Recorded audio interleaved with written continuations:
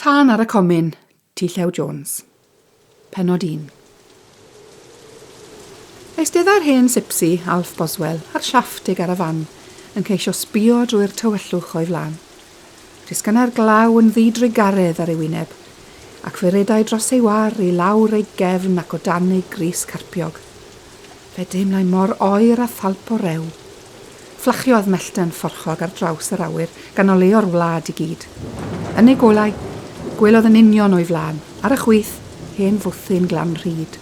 Gwyddai wedyn ei fod yn nesu at y tir Comin yn ymyl yr afon, lle gallai aros dros nos heb gael ei erlyd gan neb. Roedd e wedi bod y ffordd honno i geiniau weithiau yn ystod ei oes hir. Ar y darn Comin wrth ymyl yr afon, roedd Sara ei ferch wedi marw ar enedigaeth plentyn.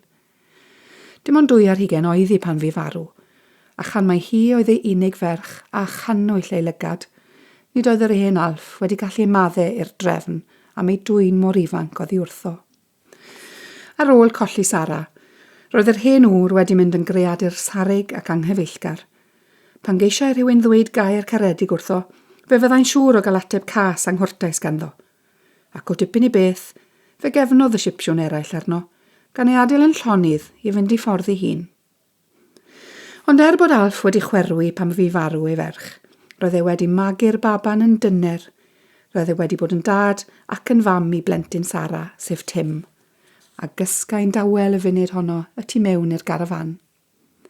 Fel roedd e unwaith yn meddwl y byd o'i ferch, roedd e nawr yn meddwl y byd o Tim, ei oer 40 oed. Roedd e wedi ei weld yn tyfu'n fachgen cryf, mai un bychan o'i oed oedd e, ac roedd e wedi dysgu holl ddoethineb y sipsiwn iddo.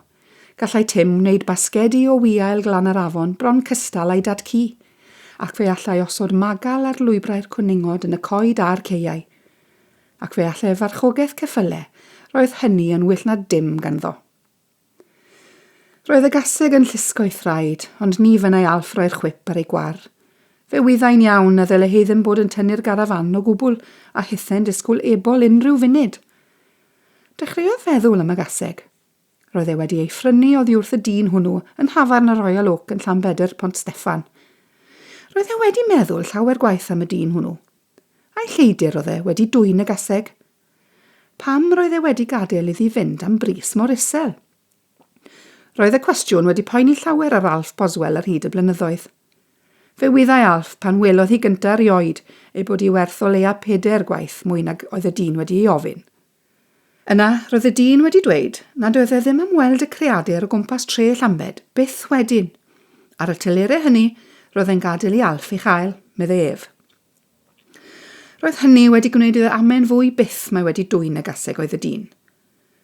Bu'n petruso am dipyn yn glin a'i phrynu, a fyddai ef yn dod i drwbl gyda'r polis pe ban ei chymryd. Ond roedd e wedi bod yn ormod o fargen i Alf ei gwrthod, ac roedd e wedi mynd â hi. Roedd e wedi bwriadu ei gwerthu am broffid da dros ben yn ffair Caerfyrddin neu Lanymddyfri. Yn wir, unwaith roedd e wedi mynd cyn belled â ffair Aberhonddu gyda'r bwriad o gael cywared ohoni fan honno yn ddigon pell o Lambed. Ond roedd e ddim wedi gwerthu'r gaseg. Am 15 mlynedd roedd e wedi ei chadw, a doedd neb erioed wedi ei gyhuddo o'i dwyn na neb wedi dod i'w hawlio. Roedd e wedi syrthio mewn cariad yr creadur, ac roedd Sara yn ei hanner addoli, ac wedyn, wrth gwrs, roedd yr hogyn wedi dod, ac yn fwy na'i gariad ef ei hun neu Sara tuag at y gaseg, roedd cariad y bachgen a gysgau'r funud honno yn y garafan. Ond yn y diwedd, meddyliodd Alf, roedd hi wedi talu'n well iddo gadw'r gaseg na'i gwerthu, oherwydd roedd hi wedi magu 12 o ebolion braf, a wedi dwyn pris da yn y ffeiriau bob tro. Bellach roedd y gaseg wedi mynd yn hen, ac eto, fori neu drenydd, byddai'n rhoi iddo un ebol arall, y 30.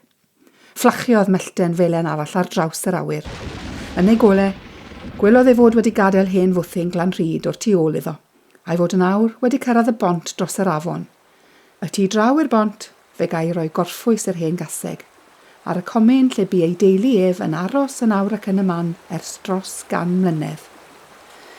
Ewch law sŵn y gwynt ar glaw a sŵn yr olwynion, gallai glywed sŵn yr afon. Gwyddai wrth y berw gwyllt o dan y bont fod llif yn ddi. Dechreuodd ofni. Weithiau, ar ôl glaw mawr, byddai'r afon yn codi dros y tir Comin. Cofiodd fod carafan un o'r lyfels flynyddoedd yn ôl wedi cael ei symud gan y llif yn ystod y nos o'r Comin i ganol y ffordd fawr. A oedd hi'n ddiogel i fynd lawr i'r Comin wrth ymyl yr afon a'r fath lif yn ddi? Wel, meddyliodd, nid oedd ganddo ddewis, oherwydd ni allai ef na'r gaseg fynd gam ymhellach y noson honno. Aeth y garafan dros y bont a throi i'r dde. Yng ngolau'r fellten nesaf, gwelodd yr hen Alf y Comin o'i flaen. Yr oedd yn wag, a theimlai'n falch nad oedd y Sipsiwn eraill wedi cyrraedd yno o'i flaen. Roedd yn well ganddo gael y Comin iddo'i hun, na gorfod gwrando ar ei rhegfeydd a'i cwryla, trodd ben y gaseg o'r ffordd fawr. Bron cyn i sŵn bygythiol y daran ddistewi yn y pellter, fflachiodd mellten arall ar draws yr awyr. Gwelodd Alf Boswell nad oedd llif yr afon wedi codi eto dros ddeiar las y Comin. Who, meddai'n floesg. Stopiodd y gaseg ar unwaith, fel pe bai wedi bod yn disgwyl yn hir am y gorchymyn hwnnw. Yr oedd esgyrn yr hen sipsi'n boenus trwyddynt, ac fe garau allu mynd y funud honno drwy ddrws y garafan i'r cysgod y tu mewn iddi. Ond gwyddau y byddai'n rhaid iddo dynnu'r gaseg yn rhydd o'r tresu cyn troi i'w wely. Fe garau pe bai'n gallu rhoi bwcedyd o geirch iddi cyn ei gadael yn y glaw, ond byddai'n rhaid iddi fodloni ar flewyn glas o lawr y Comin y noson honno. Disgynodd yr llawr yn anystwyth a phoenus. Beth oedd yn bod arno? Roedd e'n hen, wrth gwrs, ond roedd rhywbeth arall. Y boen yn ei ochr oedd wedi bod yn ei flino ers amser bellach. Oedd wedi gwethygu'n ofnadw yn ystod y misoedd diwetha. Yng nghanol y glaw a'r tywyllwch, aeth ati i dynnu'r gaseg yn rhydd. Rhoddodd ei law ar ei hystlys, a theimlodd gyffro'r bywyd newydd oedd y tu mewn iddi. Yna, tynnodd ei law yn dynner dros ei thrwyn gwlyb, gweryrodd hithau'n isel, a cherdded o'r siafftiau, a dechrau pori'n awchus. Safodd Alf am funed yn y glaw. O'r fan honno, roedd sŵn yr afon yn uchel ac yn fygythiol. Disgwyliau am y fellten nesaf mwyn iddo allu gweld ei ffordd i fyny eto i'r garafan. Cyn bo hir, fe ddaeth y fellten, a diffodd mewn amrantiad. Ond roedd yr hen sipsi wedi gweld y step. Dringodd yn araf i fyny, a gorodd y drws yn ofalus. Cripiodd i mewn yn ddistaw o'r storm a chau'r drws ar ei ôl. Nid oedd angen golau arno nawr. Aeth at ei wely'n ddiolchgar a gorweddodd arno yn ei ddillad gwlyb. Tynnodd anadl o ryddhad o gael gorwedd i lawr o afel y glaw a'r gwynt. Clustfeiniodd. Roedd Tim yn y gwely arall yn anadlu'n ddwfn ac yn rheolaidd. Roedd e'n cysgu'n drwm. Ond roedd e wedi blino. Beth oedd yn bod arno? Unwaith eto, gofynnodd y cwestiwn yna iddo hunan. Ers dyddiau bellach roedd ofn wedi cydio ynddo. Fe wyddai fod rhyw afiechyd mawr arno. Y tu mewn iddo yn rhywle roedd rhywbeth wedi mynd o'i le. A oedd ei amser wedi dod, a oedd e'n mynd i farw.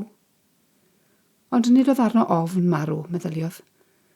Yn wir, roedd cymaint o flinder yn ei gorff y funud honno, fel y bydde'n dda ganddo gael y gorffwys hir yna sy'n dod gyda marwolaeth. Ond Tim, beth a ddigwyddai'r hogyn pe bai rhywbeth yn digwydd iddo ef? Wedi gorwedd yna am dipyn, fe deimlodd y gres yn dechrau llifo yn ôl i'w gorff. Ond wedyn, fe ddechreuodd i'w gryndod gydio ynddo. Fe dynnodd ddillad carpiog y gwely dros ei gorff, ond dalia i grynu wedyn.